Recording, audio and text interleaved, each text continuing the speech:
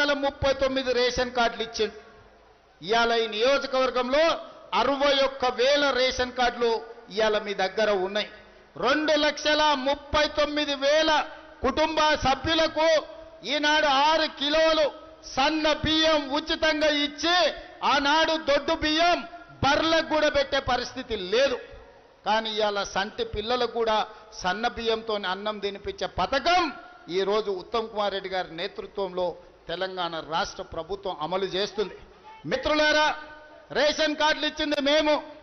ప్రతి పేదవాడి ఇంటిలో వెలుగులు ఉండాలి, మీ కళ్ళల్లో ఆనందం నింపాలని 200 యూనిట్లు ఉచిత కరెంటు ప్రతి పేదవాడి ఇంటిలో ఈనాడు కాంగ్రెస్ పార్టీ ఇస్తుంది. 500 రూపాయలకే మీకు సిలిండర్ ఇస్తుంది కాంగ్రెస్ పార్టీ. ఇదే కాదు, మా ఆడబిడ్డలు సినీ కార్మికులు 25,000 మందిలో సగానికి ఎక్కువ మహిళలు ఉన్నారు. మీ షూటింగ్లకు పోయేటప్పుడు లేదా మీ అమ్మగారింటికో అమ్మవారిని దర్శించుకోవడానికో పోవాలంటే బస్సు కిరాయిలే బొచ్చాడు అవుతుండే.